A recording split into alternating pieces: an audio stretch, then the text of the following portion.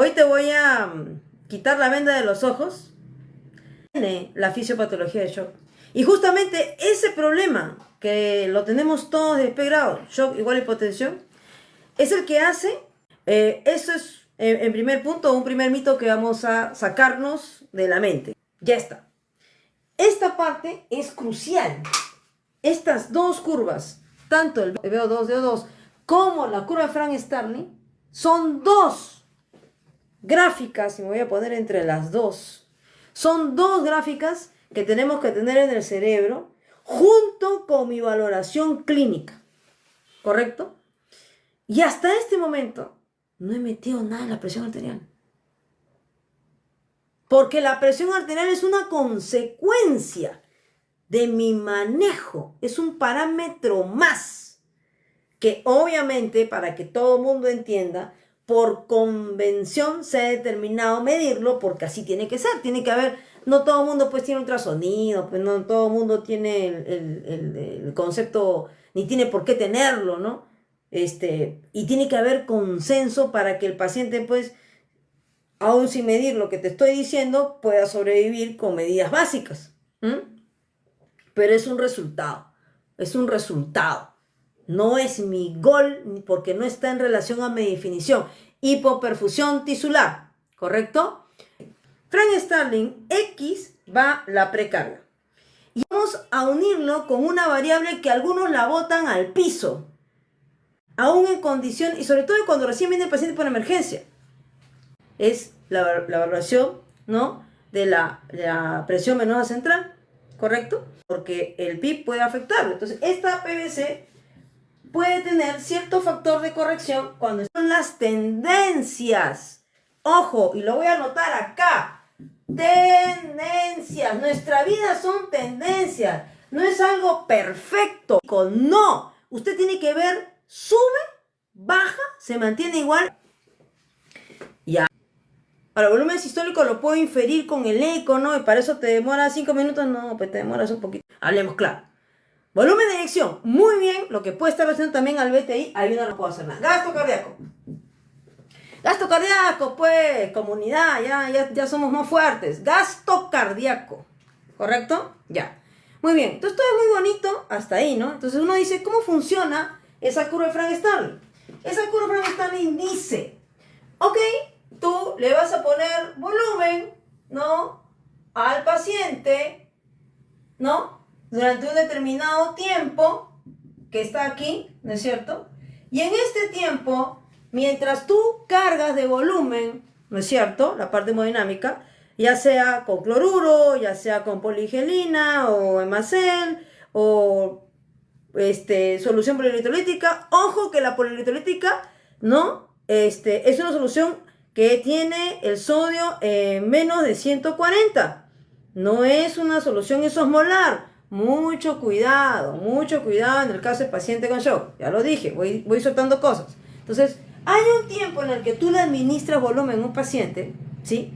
Y lo que va a ocurrir es que vamos a entrar en un momento de incremento. ¿De qué? Si le estoy dando precarga del lado derecho, el lado izquierdo comienza a bombear porque se asume que el corazón, en condiciones regulares, que el corazón está bien y que por lo tanto va a botar va a ser un volumen de eyección y va a incrementar el gasto cardíaco. Esta fase, ¿no es cierto?, es una fase dependiente del volumen, en donde le pone usted precarga y aumenta el gasto cardíaco. Hasta un punto en donde ya, por más que usted aumente líquido, ¿correcto?, ya no va a aumentar más el gasto cardíaco. Ya va a ser el mismo, va a ser igual, va a dar lo mismo. Ahora, si esto lo trasladamos a nuestro paciente crítico, ¿me están captando? Por favor, repito, X toda la precarga, PVC, aurícula derecha, ventrículo derecho, y gasto cardíaco, BTI, volumen sistólico, que se puede inferir, que se puede calcular a nivel no invasivo y también invasivo. Y obviamente que para eso el paciente está en la emergencia, está en cuidados intensivos, ¿no? Y yo puedo monitorizar esto, ¿correcto? Entonces, eso es lo que me dice esta curva. Por lo tanto, si de pronto aquí le he ingresado en este tiempo 2 litros y ya logré durante ese tiempo que mi paciente, de lo que inicialmente vino, ¿no es cierto?, con un gasto cardíaco bajo, digámosle 2.5, por cualquier causa de shock, que obviamente no debe ser cardiogénica, porque si no nunca subiría, ¿no? Asumamos inicialmente un shock no cardiogénico, hipovolémico, distributivo, ¿no es cierto? Tampoco obstructivo, porque si no soluciona el causa de fondo obstructivo, no se va a solucionar nunca. Entonces aumenta hasta un punto determinado, digamos 5, y ya no más, ya no va a aumentar más. Por más que usted le pase aquí, ¿no es cierto?, 2 litros más, o 1 litro, una exageración, ¿no es cierto?, no va a aumentar el gasto cardíaco, se va a mantener igual el gasto cardíaco o el BTI, ¿correcto? Entonces eso dice aquí, Walter, el paciente crítico lo puedes encharcar con tanto volumen, correcto. Por eso es que usted tiene que monitorizar. Walter Castro, ¿cómo monitorizas a tu paciente para evitar ese, entre comillas, encharcamiento? Que le vamos a poner un nombre más, digamos, no sofisticado, sino un poquito menos, ¿no?, chocante, ¿no? Digamos, sobrecarga hídrica, ¿no? Digamos, el síndrome, ¿no es cierto?, o le llaman a veces de congestión, ¿no?, pulmonar en ese paciente. ¿Cómo hacemos? Dice Alex Arteaga, y sobrecarga de volumen, bajo retorno venoso. Ahí comienzan a ingresar las otras variables que justamente no voy a hablar acá, porque acá vamos a ver lo práctico, ¿correcto? Entonces, ¿cómo usted se va a dar cuenta? Comente, ¿cómo lo hace en la parte práctica? ¿Ah? ¿Cómo lo hace? Lo tiene que hacer con una hoja de monitoreo. Y en esa hoja de monitoreo, usted tiene que advertir justamente su primer valor, ¿no es cierto?, de valoración inicial, que puede ser PVC1, puede ser PVC2, o puede ser momentos en los cuales usted le aumentó un volumen, que puede variar dependiendo de la patología. Puede ponerle de 300, 500, 1, 2 litros, y lo va titulando, porque usted va a titular. Acá en primer momento le pone 300. De pronto es un paciente que no tiene vulnerabilidad, no es adulto mayor, le pone 500. Y va aumentando el gasto cardíaco. 3, ¿no es cierto? Luego le va aumentando 1 litro y ya va aumentando, ¿no?, 4, ya. Pero usted no necesariamente va a estar haciendo estos dos cálculos. Usted va a ver tendencias. Entonces, si usted en un momento determinado, ¿cuánto tiempo debe transcurrir de uno a otro? Que es otra cosa que tiene que tener en cuenta. No puede ser de un turno a otro. No puede ser de un turno a otro. Tiene que ser en corto tiempo. Por eso la hoja de monitoreo, estimada comunidad, tiene que ser una hoja de monitoreo que en las primeras 2 horas, que es el punto de corte, deberían haber, si usted monitoriza bien y quiere evitar lo que Walter ha dicho, por lo menos 4 monitoreos, mínimo 4 monitoreos. Porque ¿qué quiere encontrar usted? La tendencia de esta curva, de esta pendiente. Porque si usted no la encuentra, ¿no es cierto?, y usted sigue dando el volumen, 2, 4, 3 litros, ¿correcto?, y usted no mide hasta el punto en el cual ya no aumenta su BTI, ya no aumenta su gasto, usted sí va a ocasionar lo que dice Walter, la sobrecarga de volumen. ¿Correcto? Entonces, esa es la razón por la cual esta ley de Frank-Starling sí se puede monitorizar con un monitoreo continuo en la unidad de cuidados intensivos, y también en un monitoreo mínimamente invasivo o no invasivo con ultrasonido, porque usted va a hacer mínimamente 2 o 3 jugadas, no más. Entonces, usted calcula y determina. Puede hacer solo el BTI porque no va a estar midiendo pues la aorta en ese momento. ¿Puede hacer solo el BTI? Sí, porque el BTI es un símil del volumen sistólico. Pero lo ideal sería que tuviera un monitoreo, mínimamente invasivo o invasivo, que es el caso del paciente crítico que está en UCI. Pero después al final vamos a decir un flujograma en donde sí, de alguna manera es obligado tener un monitoreo invasivo. No en todos los pacientes es necesario. Y lo dice Tebol, y lo dice Pinky, y lo dice Vince. No en todos los pacientes es necesario tener un monitoreo invasivo. ¿Correcto? El tracto de salida. Así es, Daniel. Pero ese tracto de salida calcularlo no siempre es tan sencillo. Depende de la ventana, depende de cómo es el paciente, qué tanto soporte ventilatorio tiene, depende de la destreza y obviamente tienes más pacientes que tratar. Entonces, si tienes solo el BTI, con el BTI es importante. Lo importante es que midas, ok, le pasé acá 500, le pasé acá 1000. En esos dos tiempos, ¿cuánto ha variado mi BTI? Si mi BTI ha aumentado, entonces lo que le estoy poniendo está bien. Pero no solamente veo eso. En ese tiempo que yo le doy volumen, tengo que tener la capacidad de medir 5 parámetros. No siempre van a estar juntos, pero la idea es que tengo que tener 5 parámetros. ¿Correcto? ¿Cuáles son esos 5 parámetros? Que no lo digo yo, y estoy hablando de la parte práctica. La presión de la vena cava inferior, está bien, está perfecto, eso va acá, en la parte precarga, ya, vena cava inferior, ya está. Pero elige uno, no elijas dos. O sea, entendamos que la parte práctica tiene que tener cierta rapidez y eficiencia, ¿correcto? Y se debe adaptar a las preferencias que tiene tu servicio. Ay, no tengo ultrasonido, es una desgracia. No, tienes que tener otras cosas. Ahí tienes que tener otras cosas, que son las que vamos a ver ahora, que son los criterios clínicos y de laboratorio. El mundo no se... Oye, antes no teníamos ultrasonido. Y se manejaba shock. Y a veces con mucho mayor eficiencia. ¿Por qué? Porque utilizábamos lo que el artículo de Tebol y Vince recomienda. Pero claro, como ahora el ultrasonido, se demoran más, están ahí, y no es la eficiencia la misma. Eso es lo que quiero decir. ¿Correcto? Muy bien, entonces, acá estamos. ¿Qué parámetros tengo que definir, ¿no? Aparte del BTI, para ver que realmente estoy aumentando el gasto cardíaco? Porque finalmente, el concepto es tengo que aumentar ese gasto cardíaco para poder mejorar la perfusión. Shock es igual a hipoperfusión, no presión baja. Eso es una consecuencia que puede o no darse. ¿Escucharon bien? Puede o no darse, ¿ya? Y la referencia se la voy a decir y eso debe quedar claro hoy, ¿sí? Entonces, ¿qué parámetros tengo que ver mientras estoy retando al paciente? De inicio hasta el final. ¿Qué parámetros tengo que ver? 1, el llenado capilar. Y el llenado capilar, estimada comunidad, es algo que ha sido elevado en la guía de Survival Sepsis. Dice ahí, en la UCI, con línea arterial, aumentando, claro, pero, a ver, está perfecto la línea arterial, pero estamos hablando momento cero, paciente cuando llega. Y digamos, a ver, no hay para línea arterial, a ver, no hay el AOCA, no hay no hay.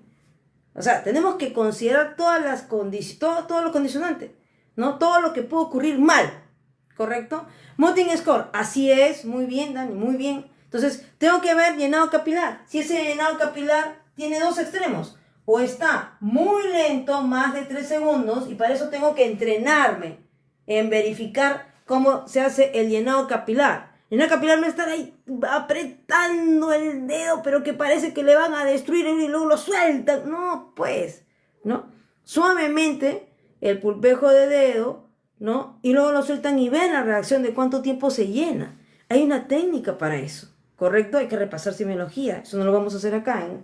Entonces, llenado capilar. Segundo, puede estar más de 3 o puede ser muy rápido, que es una, digamos, una forma de interpretar del shock distributivo. Muy bien, saturación venosa central, es otro. Saturación venosa central. La mayoría de pacientes, cuando llegan a emergencia, les colocan catéter, ¿no? Entonces, eso es algo que sí se puede tener, digamos, mucho más rápidamente que una línea arterial, ¿no es cierto? Entonces, tenemos saturación venosa. La saturación venosa puede llegar, ¿no es cierto?, inicialmente a menos de 65 y me está diciendo de que probablemente ese paciente tiene depresión miocárdica, ¿no? O tiene hipovolemia. Dos opciones. Dijo Dani, lactato, que es un marcador tardío también. El lactato, más de 1 también me está diciendo, y más de 2.5 en alumno. Bueno, más de 1.8 y más de 2.5 dependiendo de la literatura que usted revise. Pero ahí está, es otro punto que tengo que ver al inicio. El quinto parámetro, hay un delta de la diferencia de presión de CO2 arterial con la presión de CO2 venoso, que está relacionado también a bajo gasto cardíaco. Ahora, ¿qué pasa si la saturación venosa está por encima de 80? También es un signo malo, porque significa, imagínense, todo el oxígeno que llega, que es 98, parece que está bien, 97, y luego lo que sale después de los capilares, que es lo que queda en la saturación venosa central, porque acá tengo lo que le estoy dando. ¿Qué le estoy dando? Le estoy dando saturación arterial. Saturación arterial está en 97, 98. ¿Y qué está saliendo? Está saliendo la parte venosa. La parte venosa está saliendo y sale 85. Oiga usted, le estoy dando 90 y tantos y sale 85, sale 88. ¿Cuánto se está quedando adentro en el capilar? ¡Nada! ¿Y por qué se queda nada? No hace nada, no. El tejido se pone en calidad de nada cuando hay arresto mitocondrial. Cuando ya está tan mal la mitocondria que no da ni para atrás ni para adelante. La cadena oxidativa no funciona. No transmite no hay nada. Porque está bloqueada. ¿Correcto? Y hay que tener mucho cuidado con eso. La diuresis, que está dentro de los parámetros. El flujo urinario, que es una expresión también de un bajo gasto cardíaco por diferentes causas, ¿no? En el shock séptico, el tema de la falla renal se da por un momento de hipoperfusión al órgano directo, ¿correcto? Por más que tenga gasto alto. Muy bien. Primero lo básico. Llenado capilar, diuresis, lactato, diferencia de CO2 arterial y venoso, más de 8, hay un compromiso cardíaco. Saturación menos de 65 venosa, hay un compromiso cardíaco hipovolémico. Saturación más de 80, estoy pésima. No está consumiendo nada, arresto mitocondrial. Son parámetros de perfusión. Usted asume que ese paciente puede tener disfunción mitocondrial. Así es. Puede tener de pronto un problema hipovolémico, depresión miocárdica, lo que fuera. Esos parámetros están anormales. Y fíjate que hasta el momento no he mencionado nada de presión. Entonces, no hablo nada de presión arterial. No hablo nada. Porque es una variable de resultado. ¿No es cierto? Como digamos, es una variable de confusión, podría decir, ¿no? Ya como resultado, pues, de todo, la presión arterial, pues, va a estar baja, pues, ¿no? Va a estar baja. Pero mucho cuidado con aquellos pacientes hipertensos que de pronto vienen y aparentemente están normal. O pueden tener sus arterias completamente afectadas con una poscarga incrementada y no va a tener, pues, la presión baja. Tenemos las causas cardiovasculares en nuestro país, supongo como también en otros países, ocupan las primeras causas de mortalidad. Entonces, es esperar que nuestros pacientes que están enfermos, cuando llegan con estas patologías, salvo que sean niños, van a tener problema y van a tener probablemente la presión no necesariamente tan baja, porque es una expresión, ¿no es cierto? Es una expresión de la resistencia arterial, ¿correcto? Del tono arterial, que es muy diferente. ¿Correcto? Entonces, en ese contexto, todas estas variables que he mencionado, tengo que medirlas justamente cuando sospecho que hay un estado de dependencia de volumen y le voy a poner volumen. Entonces, le pongo el volumen y muy a la par que debo tener un primer monitoreo de BTI, gasto cardíaco, ¿no? Idealmente, ¿no? Voy a medir todos esos parámetros hasta que lo tenga. Esos parámetros deben ir mejorando. Si tiene la piel moteada, si tiene la otra no voy a medir pues en media hora, pero sí puedo medir los otros. Por eso le decía que no siempre todos los parámetros son en simultáneo, pero por lo menos 2 o más que usted midió mal, si lo pone a reto de volumen, debería ir mejorando. El paciente debe ir mejorando, ¿no? En ese tiempo que estamos hablando, en media hora que usted le da el volumen. No tanto tampoco, o sea, no más de eso, ¿correcto? Entonces, usted valora eso y ideal es pues que tenga la ecografía, pues no le pone ahí y mide, BTI inicial, pone volumen, 500, a ver, BTI, excelente, puede seguir midiendo.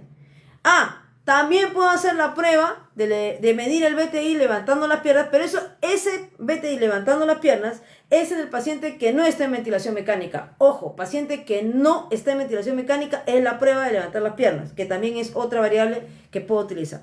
Entonces, en conclusión, yo tengo parámetros clínicos y de laboratorios que tengo que medir cuando comienzo el famoso reto de volumen, porque considero que el paciente tiene signos de shock, que son las variables que he mencionado que están alteradas, más la clínica, que aquí no la he mencionado, pero que te lleva a pensar que ese paciente está en estado de shock. Y la definición de shock en sí es un estado de hipoperfusión tisular. Hipoperfusión tisular, ¿correcto? El problema está en los tejidos, no en los vasos periféricos. La hemodinámica es parte del paquete en lo que corresponde al manejo de shock. Es parte de cómo mido esa hipoperfusión, pero no lo es todo. Porque usted, si solamente mide el gasto cardíaco y BTI, que es esta primera curva de Frank Starling, está haciendo solo el 30% de la definición de shock. Lo voy a poner en claro, ¿ya? Esto, más o menos, si yo lo pongo en porcentaje de la realidad de lo que usted está manejando el paciente, corresponde al 30% de ¿qué? De la definición de shock. Por eso es que hay algunos detractores de esta parte, ¿sí? Ahora, ¿qué otro provecho le puedo sacar a esta curva? En intensivo, o sea, ya hemos hablado de la primera parte. Entonces, doy volumen, midiendo mi BTI y construyo la curva de Frank Starling. Me está mintiendo, pues Frank Starling hizo un estudio en gatos. Disculpa Rocky, disculpa a mis gatos que están acá. Y con eso construyó la curva. No. Vamos a ver tendencias. Volumen que le estoy dando, BTI o gasto cardíaco o valoración de parámetros clínicos. Mido al inicio, a los 15, a los 30 minutos y busco un punto si va mejorando el paciente. Y tengo ya más datos en la evaluación secundaria, que de pronto si es hipovolémico, me vienen ya a media hora los resultados del laboratorio, entonces yo defino si sigo dando volumen o no. Pero para eso tengo que medir y construir la curva hasta donde siga aumentando o mejorando la clínica del paciente, ese gasto cardíaco. Hasta un punto que usted determina, subió hasta 6, le mete 500 más o 300 más de volumen, y ya no sube nada. Te sale 5.6, menos todavía. 6. Si ya no subió nada, ahí es el punto en donde comienza esta curva recta. Esa curva sí se puede hacer en clínica. Lo que pasa es que no la hacen, no la buscan. Por eso yo a veces me desespero cuando llego. Por favor, preséntame tu hoja de monitoreo. Y no hay ese seguimiento. Está al inicio y a las 6 horas. Ya no, pues. Ya fue. Ya no es un indicador, eso ya no es eficiencia, eso es eficacia. Doctora, le manejé todo, lo hice orinar, la presión se subió hasta el techo, utilizando la adrena, vasopresina, hice 2 monitoreos ecocardiográficos, con todo y le medí el E'. ¡Bravo! ¿Te demoraste cuánto? Todo el turno, ¿no? 12 horas. Ya. La placa de tórax, o cómo estamos con la parte pulmonar, cómo varió la presión plató en todo ese tiempo. Es que, claro, mataste el shock rápido. La pregunta es, ¿a qué costo? ¿A qué costo? Esto que estamos diciendo se puede ubicar, se hace.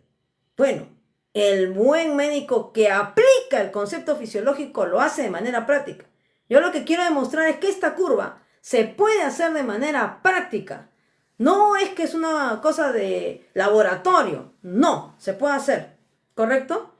Ahora, vamos a ir, este es el ambiente rápido, práctico, que se utiliza de emergencia o cuando estás en intensivos y no tienes mucho aparataje para manejar. Ahora, hablemos claro, el paciente ya estabilizado o por lo menos mejorado esos parámetros clínicos, en plena búsqueda de la causa o ya con la causa definida de shock, que puede ser varias, va a la UCI. Allá. Ahí ya, ahora sí quiero que hablen. Me han estado ahí metiéndome un montón de cosas ya. Ahora vamos a hablar de esta otra curva. A ver cómo van con esto. Entender los que manejamos pacientes críticos es la razón de ser del shock. Si el shock, que estoy anotando aquí, es igual a hipoperfusión, ¿no es cierto? Tisular, ¿de qué? de oxígeno. Ergo está asociado a la parte pulmonar. Está asociado a la parte pulmonar, ¿correcto? Porque es el transporte de oxígeno. ¿Qué le falta a la célula de hipoperfusión tisular? El oxígeno. El oxígeno. Entonces, deuda de oxígeno. Entonces, ¿yo qué cosa tengo que hacer? Conocer esta otra curva, que es en el eje de las Ys y en el eje de las X. Yo valoro la razón de ser del shock. Cuando a mí me dicen shock, yo manejo en mi cerebro la curva de Frank-Starling, que ya les he mostrado, que se puede hacer de inicio, y luego manejo la curva de aporte de oxígeno con consumo de oxígeno. ¿Correcto? Entonces, en el X va el aporte de oxígeno. Y el aporte de oxígeno es importante tenerlo en cuenta en esta curva, porque tiene sus componentes del cual vamos a hablar en adelante. Y en el eje de la Cis va el consumo de oxígeno. ¿Por qué tengo que tener en cuenta esta gráfica? Porque la definición de shock no me dice presión baja. Eso es criterios para encontrarlo. Es un resultado ligado para que todo mundo lo haga. Pero la definición de quienes manejamos pacientes críticos es, ¿no es cierto?, la incapacidad del cuerpo para poder consumir el oxígeno porque el aporte está siendo insuficiente para lo que requiere el cuerpo. Y entonces se produce un estado de hipoperfusión tisular de oxígeno. Eso es la definición. Entonces, si la definición tiene que ver con perfusión y con oxígeno, tengo que medirlo, pues. Sobre todo si estoy en paciente crítico en la UCI. Entonces, es inaceptable que en cuidados intensivos, cuando reporten una hoja hemodinámico, ¿no?, solo me digan el gasto cardíaco está en 6. Y no me dice nada. No me dice nada. ¿Por qué? Porque ese paciente, si tiene shock séptico, de pronto requiere 10 para que le llegue un consumo. Y ahorita lo vamos a explicar con la curva, ¿no? No me dice nada el valor absoluto del gasto cardíaco. Como no me dice nada la presión, ya logré la presión 120 y orinó. Eso sí podría asociar. Asocio, se salvan porque me reportan variables de perfusión sin que se den cuenta a veces. Pero lo importante es la relación del aporte con el consumo. Concepto clave, ¿correcto? Entonces, Carmencita se ha unido, bueno, ya van uniéndose. Entonces, esta curva, ¿cómo es? Esa curva es así. Van a ver, más o menos así y más o menos así. Oye, está igualita a la otra. A ver, vamos a ver. A ver, sí, ¿no? Acá la curva de Frank-Starling, miren ustedes. Sube el volumen hasta que ya se mantiene el BTI tranquilo y ya no tengo que pasarle más líquido y tengo que medirlo cada 15 minutos, inicialmente media hora, 1 hora y ya está 4 hasta que ya no aumenta y los signos de perfusión. Ya. Y ahora veo la curva. Oye, la otra me está estafando, es lo mismo. Es lo mismo. Parece, ¿no? Casi.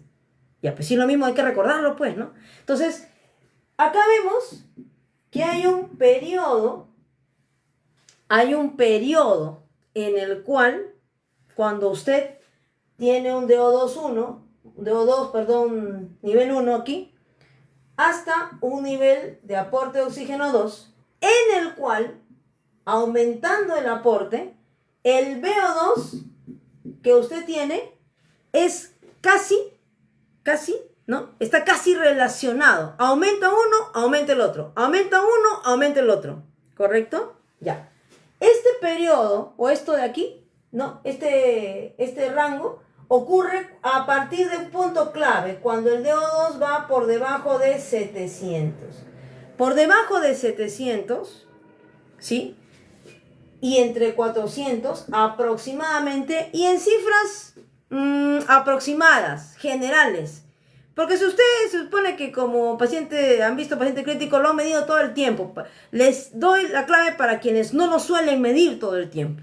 Pero nosotros que lo medimos todo el tiempo, porque hay que medirlo, para eso tengo, o tenía el SWAN, ¿no? Tenía hasta el Doppler, porque ya casi no se utiliza, pero tengo el PAICO, ¿no? Medición por también es muy parecida al SWAN, pero más sencilla de colocar, ¿no? Otra tecnología, ¿no? Pero también tengo el ultrasonido, gracias por la florcita, ¿no? También tengo eso.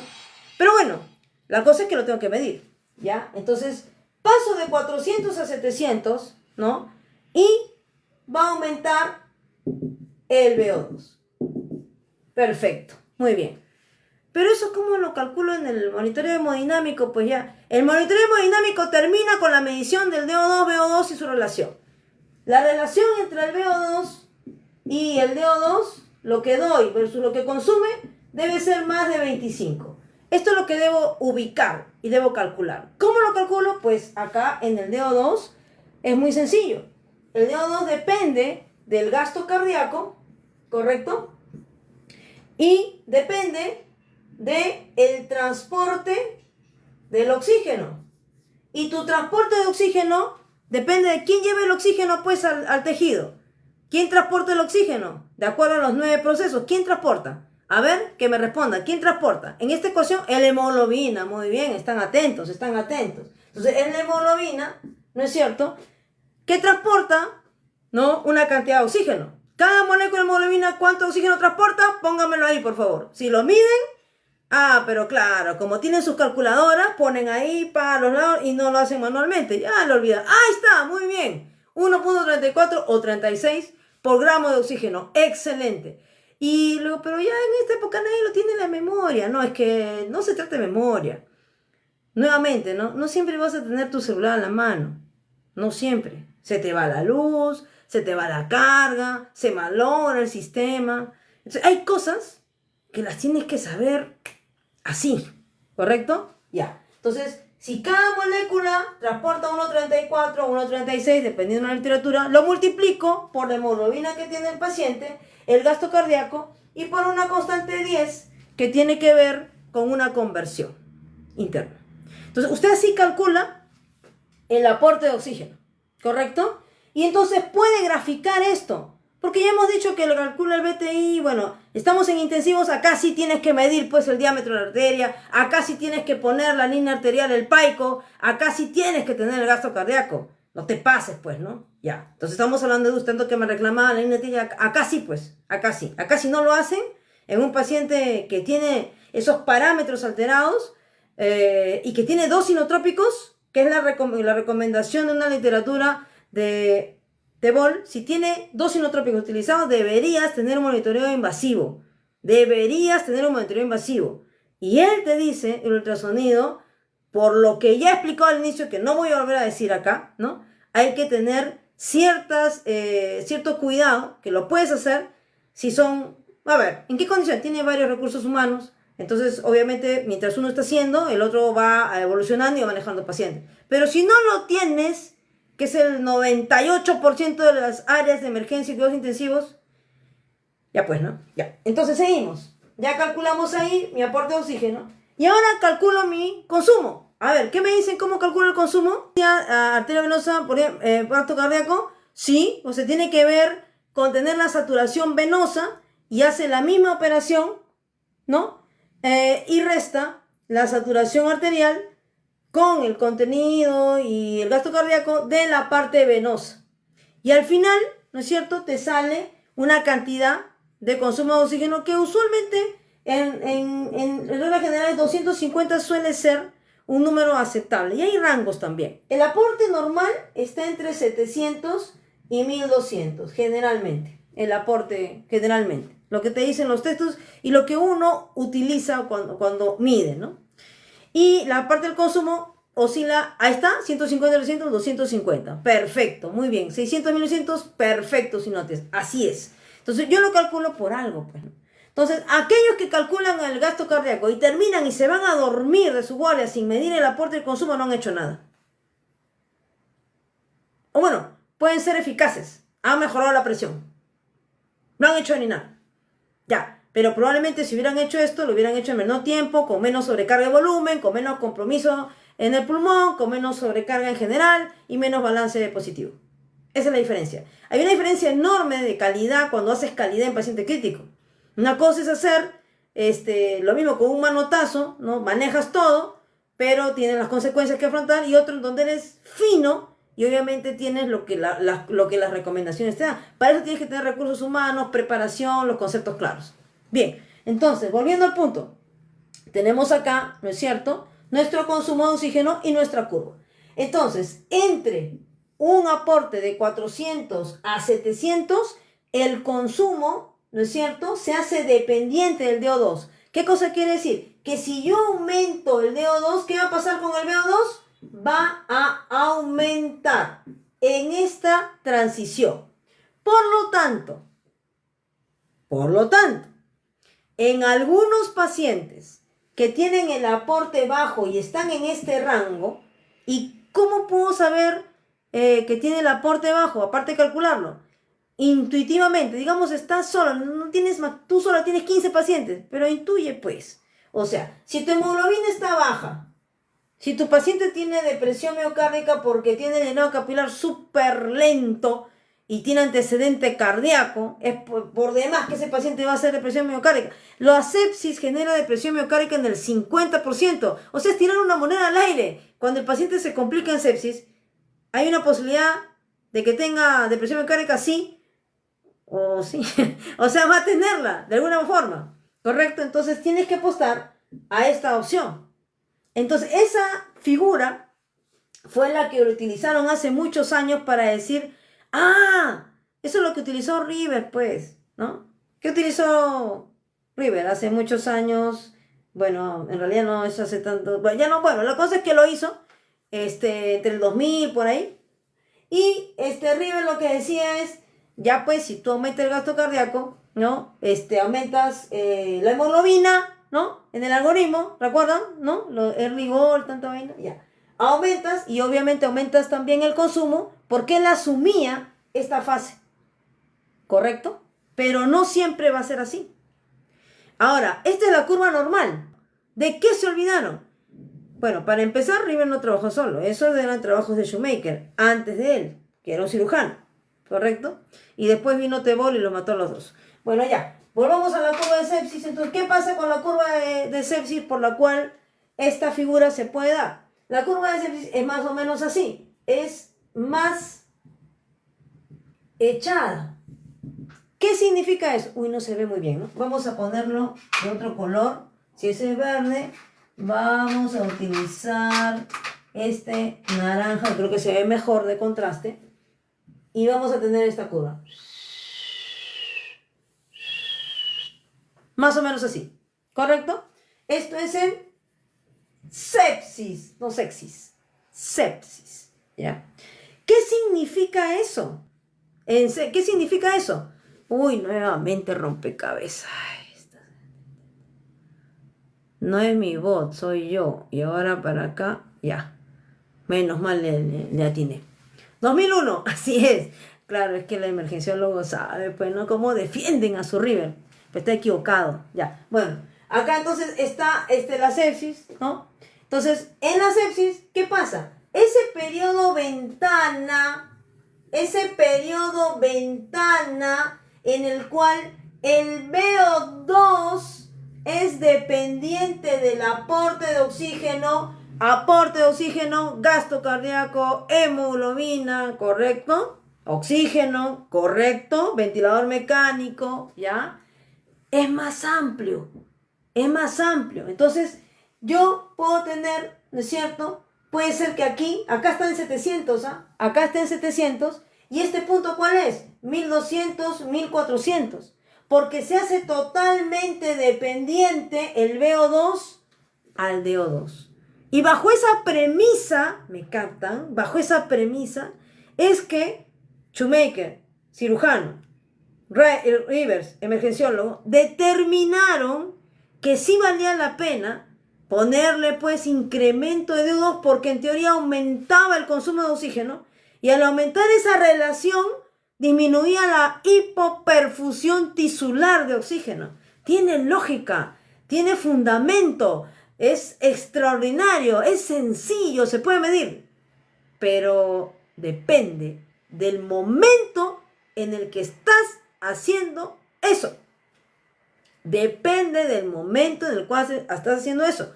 Porque o evidentemente tienes que medir el efecto. Es decir, esos 5 parámetros que les he dicho que tienen que aprender, tienen que ver si calzan con esta variable, este incremento, porque tú estás apostando a que va a aumentar ese porcentaje. Y aumentando el porcentaje de extracción, que puede estar bajo 18, lo que fuera, estás haciendo de que la hipoperfusión baje, por lo tanto el lactato debe bajar, la saturación se puede poner normal, la diferencia CO2 arterial venosa tiene que bajar a menos de 8.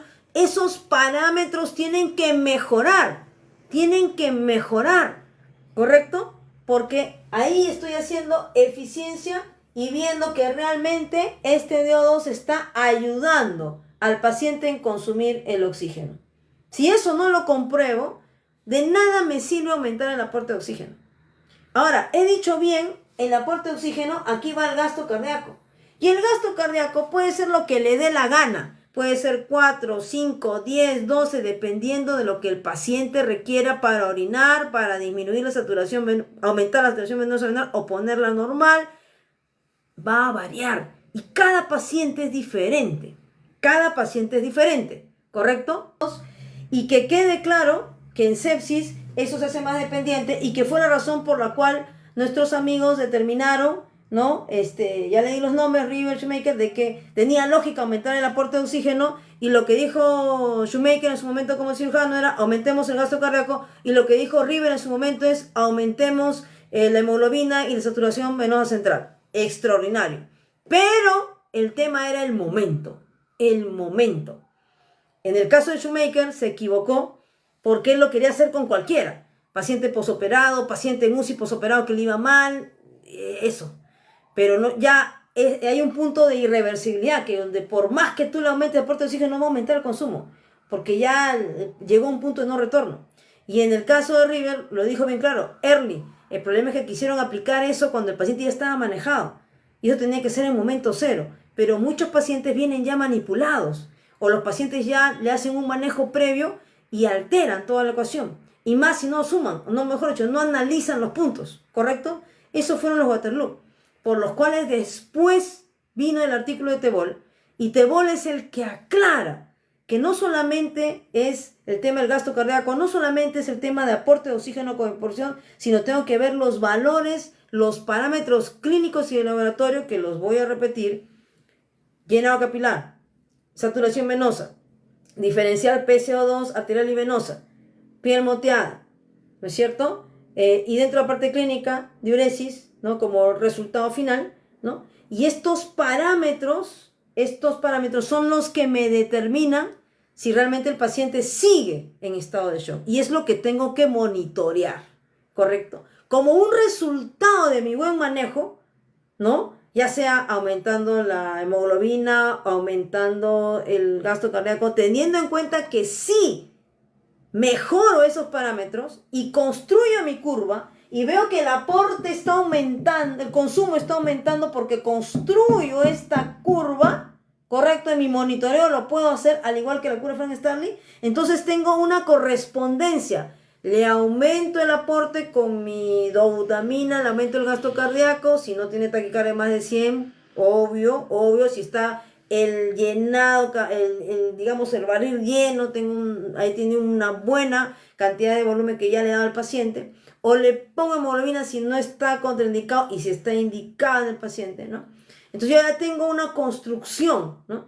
Y eso hace que mi consumo aumente porque lo estoy midiendo en función a mi saturación venosa. Y mi extracción, VO2 entre 2 sube más de 25. Y construyo los resultados clínicos en relación a estas dos variables de O2, V2. Pero si no ocurre eso y se ha actuado tardíamente, o sea, es un paciente que tiene mucho tiempo hipoperfundido y veo que le estoy aumentando el aporte, y el VO2 no sube, entonces ¿en qué fase estoy? Por eso tengo que medirlo en intensivos. Entonces ustedes me dirán, si yo le aumento y de pronto el VO2 1 está acá y el VO2 2 está acá, ¿qué pasó? ¿Aumentó? No, no aumentó. Y si no aumentó, estoy en esta fase. Entonces voy a aumentar más el gasto cardíaco para que orine. Entonces voy a aumentar más la hemoglobina con transfusión. No, ya fue. ¿Por qué? Porque ya lo identifiqué. Y para eso requiero por lo menos 2 monitoreos para confirmar esa situación clínica. Y eso se tiene que hacer en la hoja de monitoreo hemodinámico. ¿Correcto? Ya está. Esta parte es crucial. Estas dos curvas, tanto el VO2 como el VO2, como la curva de Frank-Starling, son dos gráficas, y me voy a poner entre las dos, son dos gráficas que tenemos que tener en el cerebro junto con mi valoración clínica. ¿Correcto? Y hasta este momento no he metido nada en la presión arterial. Porque la presión arterial es una consecuencia de mi manejo. Es un parámetro más que obviamente, para que todo el mundo entienda, por convención se ha determinado medirlo porque así tiene que ser. Tiene que haber, no todo el mundo pues tiene ultrasonido, pues no todo el mundo tiene el concepto, ni tiene por qué tenerlo, ¿no? Y tiene que haber consenso para que el paciente pues, aún sin medir lo que te estoy diciendo, pueda sobrevivir con medidas básicas. Pero es un resultado, no es mi gol porque no está en relación a mi definición. Hipoperfusión tisular, ¿correcto? Esto tenemos que ir claro, tenemos que tener en cuenta bien cuando valoramos a nuestro paciente, ¿sí? Dicho esto, ahora vamos a entender el flujograma, porque ¿de qué me sirve tener el artículo si no lo hago en la parte práctica? ¿No? Si no lo hago en la parte práctica es letra muerta. Esto requiere entrenamiento, requiere seguimiento, esfuerzo y quedarse pues con el pegado con el paciente. Generalmente para definir todo esto bien, estamos hablando de un seguimiento a la cabecera del paciente 4 o 5 horas en lo mínimo y en lo asertivo en el turno 4 horas de inicio y al final otras 2 horitas para sellar, ver cómo lo voy a reportar a mi paciente. ¿Correcto?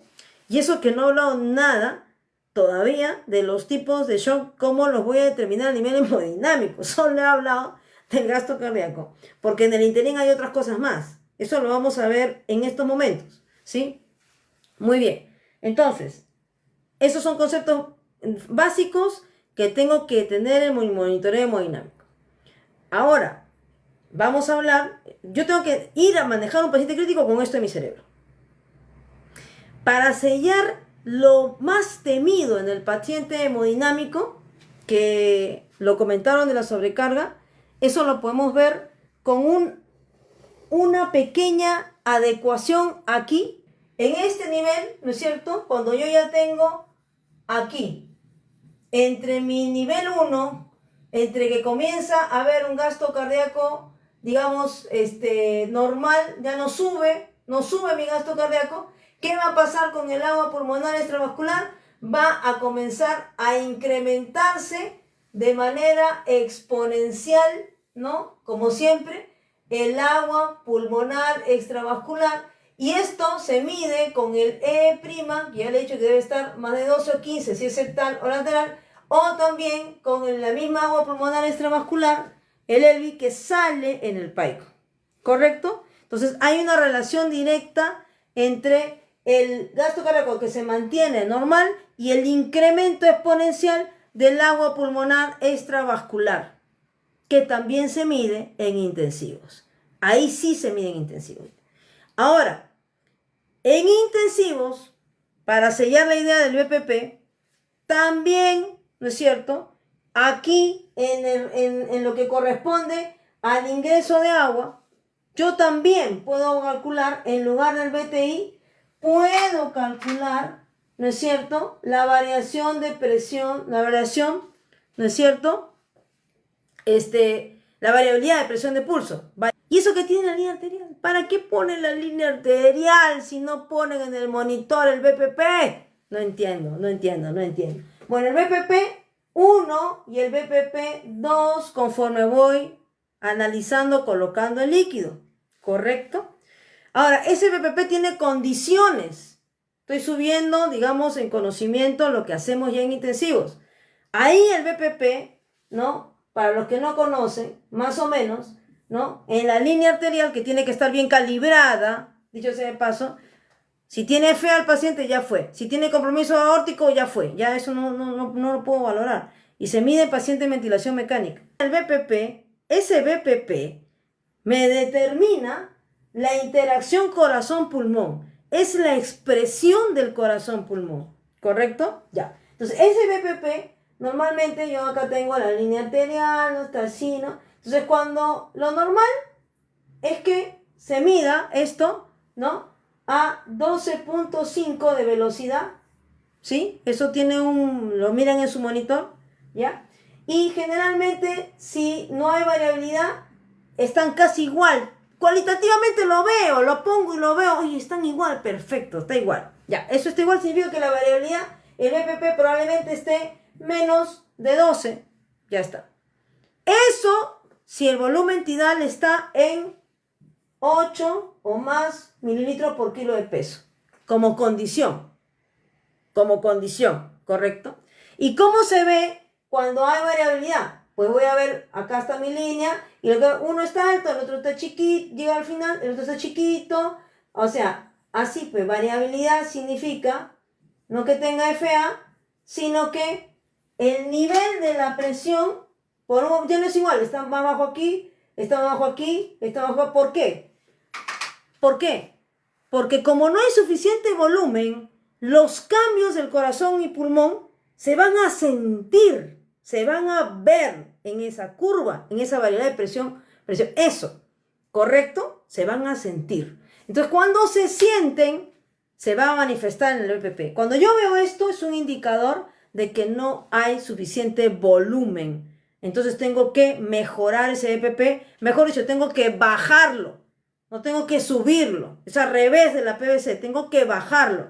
Porque puede estar en 22, porque puede estar en 20. Entonces lo mido y acá en la Frank Starling lo dibujo. Acá tenía BPP de 20. Ahora, ¿no es cierto? Tenía 20. Ahora lo bajó. Y ya mejoró a 12. Excelente. Y debe haber una correspondencia con el gasto cardíaco también. Hasta un momento en el BPP se queda 5. Y 5 ya no pasa nada y el gasto cardíaco también ya no sube, ¿correcto?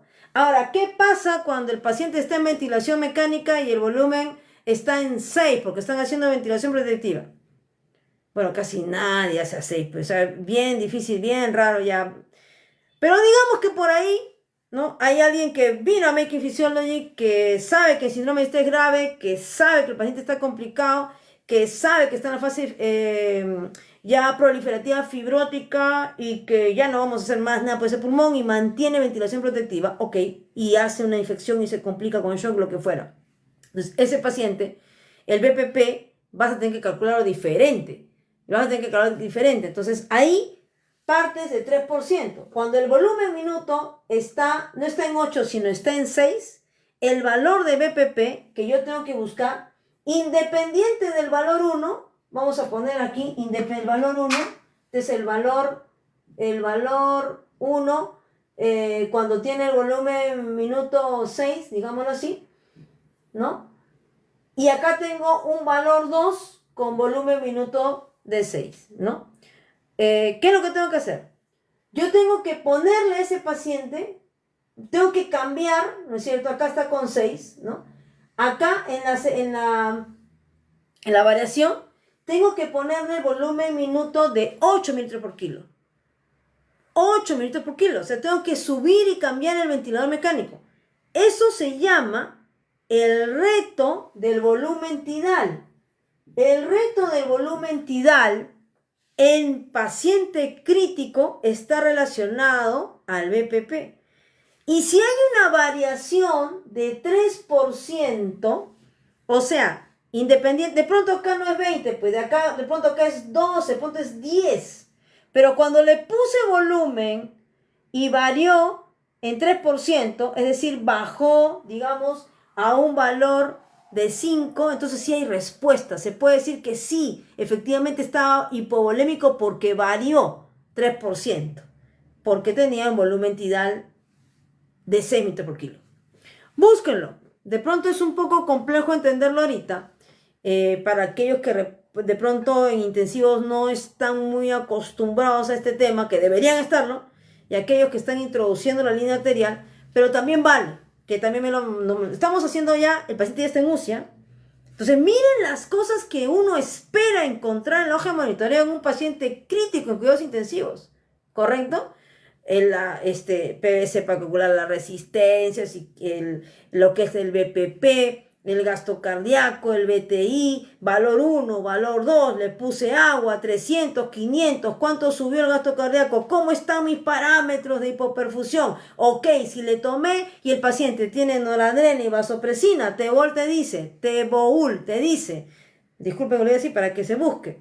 Me dice, si tienes más de sinotrópico, ¡pam! La otra curva, VO2, monitoreo invasivo. Entonces calculo ¿qué? La relación de VO2 con DO2. ¿Para qué? Para buscar si hay relación entre el más DO2 con VO2. ¿Qué hago? Le pongo lobutamina. ¿Qué hago? Le pongo transfusión de sangre. Si está menos de 10 la hemoglobina, está 10 le voy a poner 12, pues, ¿no?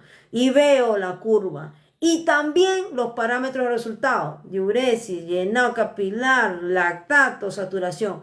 Todo eso tengo que verlo en el monitoreo hemodinámico. Por eso se llama hemodinámico, no se llama hemostático, ¿no? Algunos piensan que el monitoreo es hemostático.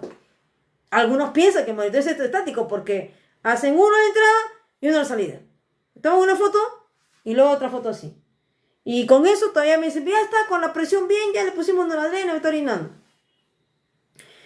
Eso se llama eficacia. Está bien, lo han manejado, pues, ¿no? Le han puesto sus inotrópicos, le han hecho orinar. Eficacia. Está bien. Está bien para un nivel 1, pues, un nivel 0, pues, ¿no? Pero para un profesional que lee fisiología, que entiende que hay un riesgo de congestión pulmonar, que entiende que hay un síndrome complicado, y con los artículos que vamos a hablar de roce, en donde ya las fases pues, del shock no las tiene claras, pues estamos mal. Tenemos que tener calidad. Y calidad es medir. Y calidad es analizar. Es quedarse y hacer lo mismo en forma eficiente. Correcto. En uno te va a salir balance acumulado, más 4, más 8, que fue con lo que comenté al inicio. Y en otro te va a salir balance acumulado más 3 más 4. Porque has tratado en la medida posible de buscar ese punto en donde ya no va más el gasto cardíaco, en donde ya no va más el VO2. Entonces estás tranquilo con tu conciencia o tranquila con tu conciencia. ¿Correcto? En el paciente crítico es súper complicado determinar que una variable está asociada a disminución de mortalidad. Es casi imposible, ¿correcto? Y por eso fue de que en su momento, ¿no? Dijeron, el SON no vale porque no disminuye mortalidad. Si no fue creado para eso, fue creado para definir esto. Y todas estas variables, es imposible que tú las puedas tener en un estudio de investigación que sea igual de un paciente a otro, ¿no? Cuando tú tienes medicina basada en evidencia para demostrar mortalidad, tienes que tener pacientes puros, pacientes que solo tengan, este es mi caso, este es mi control. Bien difícil en intensivos, súper complicado tenerlo. Esa es la razón por la cual encontrar mortalidad asociada a un factor es bien complicado. ¿Qué es lo que nos interesa? Y no es que seamos mediocres, buscamos menos días en ventilador mecánico, buscamos menos complicaciones, menos falla, menos estancia en la unidad, porque además depende no solamente de eso. O sea, imagínate que yo estoy muriéndome acá, matándome, hablando de hemodinámica, y el paciente se complica por una infección intrahospitalaria. ¿Lo mató acaso el manejo, el no hacer el manejo? No, lo mató simplemente por la infección. O de pronto manejé todo bacán, ¿no? Y el paciente pues tiene un evento adverso, que es una de las principales causas de fallecimiento también, hablemos claro. Se complicó, ¿no? O de pronto el paciente debió pronarse y no se pronó. Tuvimos que padecer en la pandemia de influenza porque los amigos no hicieron un análisis adecuado. Y no hicieron un análisis adecuado, en ese caso y en ese tiempo, ¿no? Porque me mezclaron papas con camotes, todos los síndromes de estrés, leves, severos, los voltearon y dijeron, esto tiene complejo 40, este tiene 10, este tiene 15, a ver, no baja mortalidad. Por tanto, no sirve la pronación. 2009, pandemia, que yo sí la pasé. Obviamente en el 2011 se les ocurrió hacer un subanálisis y separar lo que deberían separar, ¿no? La parte grave de la otra, y ahí sí encontraron en el subanálisis. Entonces, mucho cuidado, por favor. En el paciente que menos van a encontrar ese tipo de asociación mortalidad es en el paciente crítico. Mucho cuidado, tienes que tener una selección exclusiva y por eso es que no hay muchos grandes estudios, ¿no? Randomizado, difícil, porque para que tenga ese rigor de ser randomizado, cuidado, ahí es donde vienen los multicéntricos. Pero hablemos claro, los países tienen diferente tipología de pacientes. Ya lo hemos hablado en otro TikTok. Inclusive dentro del país no se puede comparar la demografía de un paciente en un hospital A que tiene cierta, reserva fisiológica frente a otro que no ha tenido, digamos, todo el desempeño y está más desgastado. Tú comparas pacientes de un lado a otro y a pesar que tengan la misma edad o tienen la misma patología, uno está mucho más complicado que en el otro, ya de por sí por el lugar donde vive. Pero bueno, no vamos a hablar de eso acá, solo quería enfatizar eso, en razón a lo de la mortalidad, ¿no? Entonces, de cada cosa que encontremos en medicina basada en evidencia, tienen que leer la parte de materiales y métodos o demografía para ver de qué pacientes estamos hablando. Cada estudio tiene su Waterloo. ¿Cuál fue el Waterloo de Rivers? No fue de él, fue lo que hicieron con él. Porque él quisieron aplicar eso en todo contexto y no se podía. Por lo menos para UCI no, porque el paciente ya viene manipulado de emergencia. Entonces, ¿ya qué voy a aplicar Rivers ahí? Nada. Eso solo se aplicaba al inicio. Y esto, ¿no? Entonces, y hay que ver en qué paciente también, ¿no? En qué paciente también.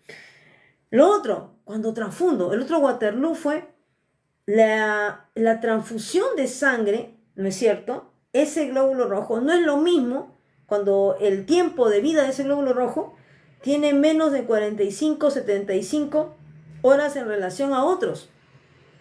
Entonces la capacidad de transporte de oxígeno también es diferente, ¿no? Entonces no puedo ver los mismos resultados. No puedo ver los mismos resultados. Eso tengo que tener en cuenta. A ver, los estudios no solo son completos. Es bien difícil encontrar estudios de medicina intensiva con todos los parámetros, ¿no? Me pueden poner todo lo hemodinámico, pero se olvidan del respiratorio. Se olvidan de la parte de oxigenación. Entonces, ¿de qué me sirve? Si no está completo. No puedo deducir, no puedo concluir, ¿no? Bueno, entonces, una vez entendido ese concepto, espero que haya quedado claro estas partes, porque también a veces uno se engaña con los estudios de investigación. Teboul, en el 2016, nos habla y nos da un esquema, ¿no?, del shock circulatorio. Y en ese esquema que él denomina shock circulatorio, él concluye en ese artículo que el paciente está en estado de shock cuando tiene positivos estas variables que ya las mencioné y que no necesariamente está asociado, no necesariamente con una presión baja, ¿sí? Es lo que él comenta. Y en este artículo de Teboul, ¿cuáles son los signos que él le llama de disoxia? Él utiliza el término de disoxia, signos de disoxia tisular, ¿no es cierto?, que debo medir en todo paciente. Entonces, él menciona el llenado capilar, que todo el mundo lo sabe tomar y que tiene que tenerlo en cuenta. El lactato, que es un marcador tardío, ¿no? Ya hemos comentado. Esto puede ser más de 3 o puede ser menos de 2, lo cual es anormal. Esto más de 1.8 o 2.5, dependiendo la bibliografía que tú encuentres. El delta de PCO2 arterial y venoso más de 8. La piel moteada y finalmente la saturación venosa de catéter. ¿Correcto? Entonces, él dice en este artículo que estos 5 parámetros son los determinantes del estado de disonxia tisular y que por lo tanto están asociados al estado de shock. Él dice que si yo tengo todos estos, lo ponen acá, lo ponen ahí, yes en inglés, ¿no? Si yo tengo todos estos parámetros presentes, él dice, el shock está presente prescindiendo del nivel de la presión arterial. ¿Correcto? ¿Sí? Correcto. Entonces, él dice, si están presentes estos parámetros, entonces existe un estado de shock independientemente del nivel de la presión arterial. Es lo que está manifestando. ¿Correcto? Bien. Eso es un punto que tengo que tener en cuenta. Y cuando tengo esto, tengo que comenzar la resucitación, que es lo que hemos comenzado al inicio de los cuadros de los retos de volumen. Eso está escrito en todos los textos. Lo que quiero enfatizar acá es el por qué. ¿Por qué? Y cómo se analiza en función al gasto cardíaco y cómo llego a los parámetros de perfusión que tengo que tener. Una vez que yo tengo este esquema y resucito al paciente, ¿no es cierto? Entonces, yo tengo que definir, ¿no? Acá viene la parte de tener mi monitoreo o el seguimiento ultrasonográfico, ¿sí? Pero si esto no es suficiente, por diferentes motivos logísticos, operador, tiempo, lo que fuera, ¿no? Yo tengo que ponerme a pensar, ¿no? Si es que el paciente necesita inotrópicos o vasopresores, ¿no? 2 vasopresores. Entonces, si yo tengo ese punto, ¿qué es lo que tengo que hacer? Tengo que tener un monitoreo invasivo. Un monitoreo invasivo del tema hemodinámico. Eso es lo que él plantea aquí, ¿no? En su artículo del 2016. Aquí voy a separar la pizarra en 2 partes importantes. Una es la tipificación del estado de shock. Voy a tipificar el estado de shock, ¿no es cierto? Y en el otro, ¿no es cierto? Voy a ver ya el manejo del estado de shock en donde tengo que identificar las fases, que no es lo mismo. Entonces, así como a nivel ventilatorio definíamos mis parámetros de ventilación mecánica, oxigenatorio, ventilatorio, sincronía, evitar el valley y tener un control estricto hemodinámico, ¿sí? Vamos a tener en cuenta también que acá vamos a definir que el paciente normalmente puede tener más de 2 tipos de shock al mismo tiempo. Entonces, uno se puede aprender a pensar, entonces si es al mismo tiempo, ¿por qué tengo yo que aprender el hipovolémico, diferenciarlo del cardiogénico, diferenciarlo del distributivo séptico, insuficiencia suprarrenal, ¿no? Del obstructivo? ¿Por qué? ¿Por qué tengo que diferenciar si me están diciendo que pueden haber más de uno al mismo tiempo? Pero es que esto es así. Puedo tener más de uno al mismo tiempo.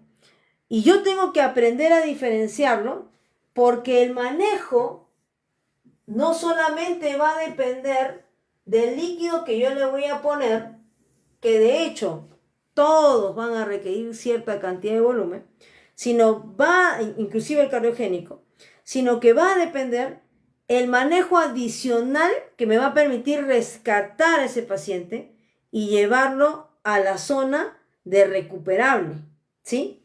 Entonces, en la tipificación, para la tipificación es donde me sirve los parámetros.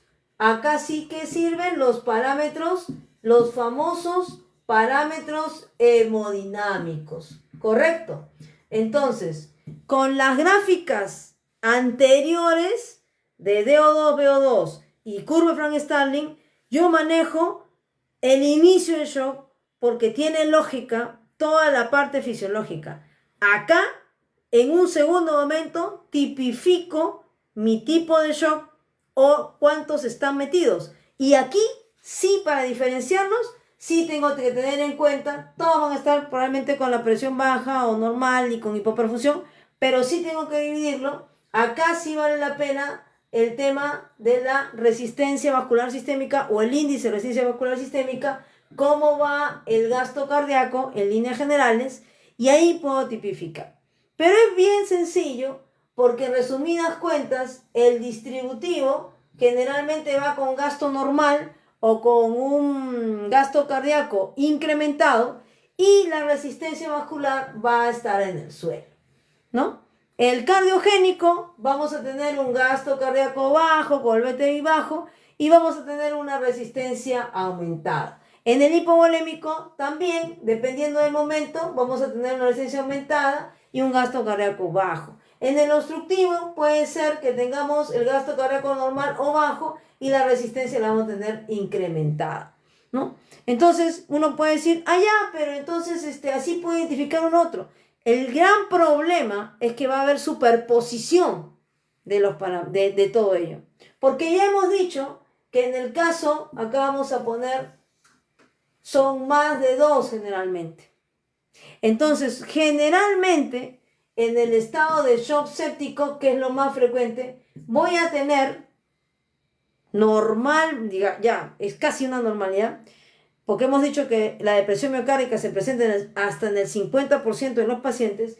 Voy a tener un patrón distributivo más una depresión miocárdica que se aproxima al contexto de shock cardiogénico. Entonces, en esos dos, cuando yo tengo estos dos comprometidos, ya voy a tener el distributivo y voy a tener casi el cardiogénico, ¿no? Fíjense, se va a cruzar, pues, ¿no? Porque por un lado voy a tener el gasto cardíaco bajo y por otro voy a tener normal incrementado. Entonces al final te va a salir un gasto aproximadamente normal. Y tú puedes concluir y deducir, oye, entonces no tiene nada, no es distributivo, tampoco es cardíaco. Y no es así, sino que se neutralizan, ¿correcto? Y la resistencia también te puede salir normal. ¿Por qué? Porque está recontra baja por el tema del distributivo, pero la parte del componente cardiogénico te la aumenta y te genera una normalidad. Entonces, cuando tú interpretas los parámetros hemodinámicos, que es para tipificar el tipo, de hecho, normalmente tienes que pensar cuál fue primero y cuál fue después. El truco en la tipificación, anota esto, está en la historia clínica, que muchos no hacen. La historia clínica es lo que te va a llevar a definir cuál fue primero, cuál es el que predomina. Hay muchos pacientes que comienzan con distributivo, siguen con cardiogénico. Hay muchos pacientes que comienzan con séptico, como el problema se asocia a una diabetes descompensada, una falta de compensación, se asocia a un hipovolémico por la gran cantidad de agua que necesita, y encima después hace depresión miocárdica. Entonces, esa secuencia es la que tiene, ¿quién te la va a dar? La clínica. Porque si el paciente ha estado séptico mucho tiempo, de por sí, ese paciente tiene gran posibilidad de presentarse con una depresión miocárdica. El clásico paciente con llenado capilar recontra lento. Pero tú dices, pero tiene una infección marcada, tiene evidente celulitis con todo flogótico, ¿cómo es posible? Porque ya te hizo depresión miocárdica o no se le dio el volumen determinado. Entonces generalmente van 2 o más. Ahora, si a eso se le agrega una mala programación del ventilador mecánico, y cuando hablo de una mala programación del ventilador mecánico, estoy diciendo que nosotros podemos generar un shock obstructivo. ¿Cómo? Porque hago una alteración que genera resistencia, ¿no es cierto? Cuando programo presiones inspiratorias o presiones pico, presiones plató demasiado elevadas. Y hago una transferencia de eso a todo el lado derecho. Y eso también me complica el trato de salida del ventrículo izquierdo y comienzo a tener ya el shock obstructivo. Entonces, por mala programación de ventilador mecánico. Entonces, conclusión. Ustedes no van a tener en intensivos un paciente con parámetro puro. Entonces, uno aprende esto. Pero cuando estás en la cancha clínica, te vas a dar cuenta que casi todos los pacientes han tenido o tienen en simultáneo 2 o más parámetros, si no es que los 4. Y que además han sido uno tras de otro. Y sí hemos visto la vasoplegia en todo su esplendor, ¿no? Que es una expresión del distributivo que tiene que ver con el paciente netamente posoperado cardíaco. Pero ¿qué pasa? No todo es color de rosa. No todo es ya le cambio la válvula, le pongo el bypass coronario. A veces, ¿no? Se hace una revascularización incompleta. A veces que debo ponerle 3, no le puedo poner porque hay diferentes problemas. El paciente se me complica, ¿no? Entonces, a veces, ¿no es cierto? También la operación de no es lo que uno esperaba. Entonces se complica el paciente y tras que hace falla cardíaca, hace también problema distributivo. Entonces tenemos depresión miocárdica con distribución, con patrón distributivo, ¿no? Entonces hay que tener cuidado en la correcta identificación, ¿no es cierto? Entonces, pero generalmente el paciente posoperado cardíaco, uno de los primeros aspectos que hay que corregir es la volemia. Generalmente, ¿no? Generalmente, es lo primero. Eso es lo que tenemos que tener en mente. Muy bien. Entonces, retomando, conclusión, en la tipificación del paciente en estado de shock, no siempre el paciente va a tener uno, generalmente tiene 2 o 3 tipos de shock al mismo tiempo, en simultáneo, y usted tiene que identificar cuál es el que predomina, cómo estamos, porque en función a eso va a manejar, porque si es un paciente cardiogénico y no lo determina pensando que tiene solo un foco séptico, usted va a ponerlo en riesgo de infarto. Probablemente le quita la posibilidad de glutamina porque no valora bien esa parte y no se completa el manejo, ¿correcto? Hay que identificar los patrones. O viceversa, un paciente como posoperado cardíaco que hace depresión miocárdica puede también hacer un shock vasopléjico distributivo que requiere altas dosis de inotrópico. Y aunque la vasopresina en algún momento fue muy vapuleada en el paciente posoperado cardíaco, es una droga importante cuando el paciente tiene ese estado de vasoplegia que la hace de manera marcada la vasodilatación. Eso tenemos que tener en cuenta, ¿sí? Muy bien. Entonces, teniendo en cuenta ya para qué me sirve la resistencia, el gasto cardíaco, la parte, ¿no? Algunos se quedan acá nomás, ¿no? Cuando lo otro que hemos informado al inicio es la clave del shock. Esto es para tipificar y saber a dónde apunto adicionalmente en el manejo. Y finalmente vienen las fases. Tenemos 4 fases. Hay un artículo con acrónimo de Rose, ¿no? Que ayuda como regla mnemotécnica para definir las fases. Entonces yo tengo que definir las fases de shock. Independientemente de la tipificación, yo tengo que saber en qué fase estoy. La primera fase, ¿no es cierto?, es la etapa de resucitación. Es decir, la hidratación, la corrección de esos parámetros iniciales, el monitoreo inicial, la resucitación del paciente en estado de shock. La segunda fase que yo tengo que tener, en consideración, ¿no? Esta es la primera fase. La segunda fase viene en donde ya yo tengo la optimización. ¿Por qué la optimización? ¿Por qué la optimización? A ver, recuerden. A ver, los que ya más o menos conocen de este artículo con acrónico Rose, se acordarán que tengo que medir, pues, ¿no? Tengo que definir los parámetros hemodinámicos, que es la primera fase, y tengo que ver mi cálculo de DO2, VO2, mi segunda fase, para poder determinar cómo está mi paciente en relación al porcentaje de VO2 y DO2, ¿no? Y en función a eso, calculo y regulo lo que le voy a dar de volumen, lo que le voy a dar de medicamentos, si requiere o no transfusión, defino ahí cómo ¿quién se va a beneficiar? No todos se benefician de transfusión. Hay pacientes que sí, hay otros que no se benefician, ¿correcto?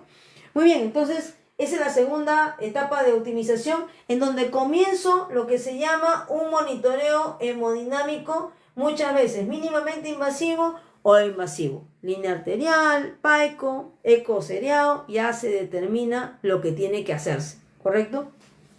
Luego viene la etapa ya de mantenimiento, que le llamamos, ¿no es cierto? Ya viene el paciente, se convierte en estable, ¿no? Ya se estabilizó el paciente. Y finalmente viene la etapa de evacuación. ¿Por qué se llama evacuación? Porque tengo que evacuar el agua. Todo paciente, ¿no es cierto?, inevitablemente va a haber un exceso de agua que yo le pongo, que debo de cuidar para que no se congestione, pero va a haber un exceso de agua. A ver, por favor, este acrónimo ROCE lo tienen que buscar y está descrito y ayuda a tener en cuenta que el shock no termina con la resucitación, que es a veces donde caen muchos colegas al inicio cuando manejamos. Todos hemos caído en esa fase, en donde pensamos que ya mi reto es fluido, mi inotrópico es lo principal. No, tengo que determinar esta fase. ¿Cómo voy a evitar que el paciente haga complicaciones? Porque si el paciente hace sobrecarga de volumen, eso sí ha demostrado, ¿no es cierto?, un incremento de mortalidad. La sobrecarga de volumen, ¿correcto? En varios estudios, como digo, hay pocas cosas que han demostrado incremento de mortalidad. Una de ellas es la sobrecarga de volumen. Por lo tanto, sí es importante la fase de optimización para hacer, hasta acá llegaste, no más. Y luego en la parte de mantenimiento, ¿no? Que permite que determinado, o sea, usted lo mantiene con inotrópicos, trata de mantener todos los parámetros de perfusión adecuada, porque tiene que tratar la causa de fondo. Tiene que tratar la parte de la sepsis, tiene que tratar la intervención quirúrgica, la pancreatitis, tiene que manejar la volemia, evitar que sangre entre a la sala, o sea, ya definirá usted, pero ya lo estabilizó para que ese paciente pueda, con la causa de fondo, salir del hoyo en el que está. Y una vez que ya sale, ese exceso de líquido se lo tiene que quitar. Y se lo tiene que quitar con diurético, furosemida, y también los expertos hablan de la albumina más furosemida, aunque farmacia no nos quiera dar albumina. Probablemente no entienda esta parte, pero es así. Albumina y furosemida está descrita como la furosemida también, sobre todo cuando la albumina sérica está por debajo de 2.5 y tengo mucho riesgo de congestión. No estoy promocionando el medicamento, simplemente digo que algunos sí pueden salir beneficiados. En pacientes con estado de shock corto, que es rápido, que ha mejorado en menos de 24 horas, en ellos no, porque tú la furosemida rápido se va a liberar. A veces sin furosemida el cuerpo es sabio, comienza a orinar, una cantidad que da miedo. Curva que les mostré en relación, acá la voy a poner, que no, así nomás no la colocan, que es la relación de Frank Starling con el Elwi. ¿Sí lo ven? Espero que se vea, ¿no? En donde está la precarga y en el otro lado está el gasto cardíaco y está el Elwi. ¿Sí lo ven, no? Confírmenme si lo ven. Ya, entonces esta curva aparece en una referencia clave que es de Paul Marik. Paul Marik es médico y tiene un libro, ¿no? También tiene un libro interesante, pero esto está publicado en el 2016, Critical Care Medicine, y el título, en donde está esa gráfica de la cual nacen, ya, o sea, de ahí sacan todos, o sea, hacen el copy-paste, se llama La respuesta de fluido y los 6 principios guía para la resucitación de fluidos, y sobre todo de hipoperfusión tisular. No se olviden lo que han aprendido hoy día, pónganlo en práctica y van a ver que el conocimiento solito van a ir consolidando. El conocimiento se va a ir consolidando en la medida que apliquen. No es leer y se bloquean cuando está el paciente. No, unas cuantas cachetadas, hagan su curva, esto es así, quédense con el paciente y van a ver los cambios y van a ver la fisiología fluir en el paciente. Y cuando eso lo tengan, eso se queda grabado para siempre. Ahí no hay que tal persona me dijo tanto, que tal persona me dijo lo otro. No, porque eso usted lo ha hecho, usted lo ha medido, lo ha visto. Entonces, eso es lo que más se queda, ¿no? Y no tiene que ser perfecto. No es que tiene que, a mí me han dicho que esto de acá es el tono vascular y si no lo mido, que el retorno venoso. No, todo tiene que medirse. Pero sí he tratado de poner lo básico, que sí tiene que medirse, que sí se puede hacer y que sobre todo para el que ve paciente crítico, si no lo hace, pues yo no sé para qué es intensivos, ¿no? Porque para tal caso, pues entonces simplemente pues, métale agua, métale noradrenalina como una receta de cocina, mide el lactato y se va a dormir, ¿no? O sea, eso no confunda eficacia con eficiencia. No confunda eficacia con calidad. No confunda manejar un paciente y que en el post-UCI esté con miles de complicaciones con otro que va a salir y se lo va a agradecer sin tener delirio. ¿Correcto? Entonces, esas cosas marcan la diferencia y eso no lo miden los estudios. Eso lo ve usted. Eso lo ve usted cuando hace seguimiento a su paciente. ¿Correcto? Muy bien. Ahora sí, muchas gracias a todos por su tiempo. Nos vemos. Saludos a todos. Que descansen y estudien mucho siempre a la cabecera del paciente. Apliquen lo que han aprendido y comenten lo que han aprendido para que todos nos enriquecemos con ese conocimiento que ustedes van a tener.